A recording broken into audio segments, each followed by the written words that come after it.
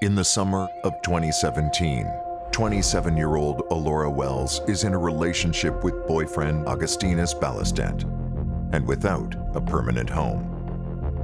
When Alloura stops posting on Facebook and coming around her usual touchstones, her family and friends start to worry. I was kind of getting a little bit, weirded out because I hadn't spoken to her. She didn't show up for a birthday or call or anything. That was a big one because she always did. Alloura spent a fair bit of time in the Vanier Prison for women for petty crime, for shoplifting makeup.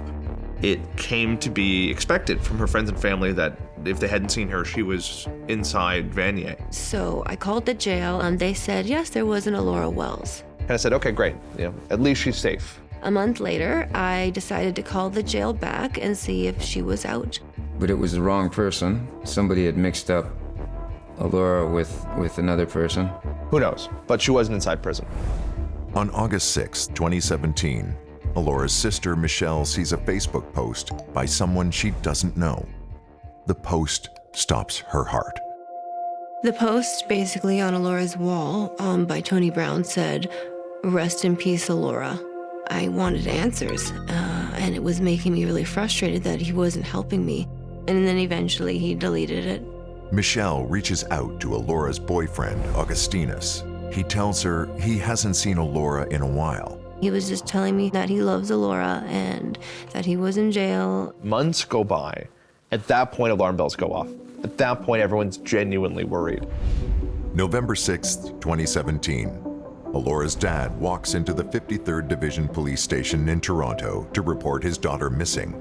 The police officer he speaks to doesn't take him seriously. I went in and tried to make this report. He didn't feel like he gave a crap. He blew me off.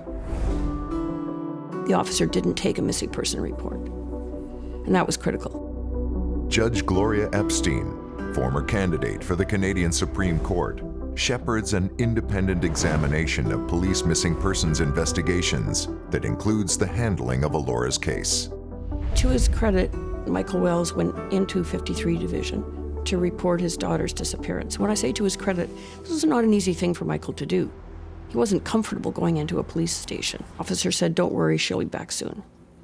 Almost like, well, she's probably having sex with somebody somewhere, and she'll come back eventually. By now, the public is showing concern. It's been 4 months since anyone's heard from Alloura.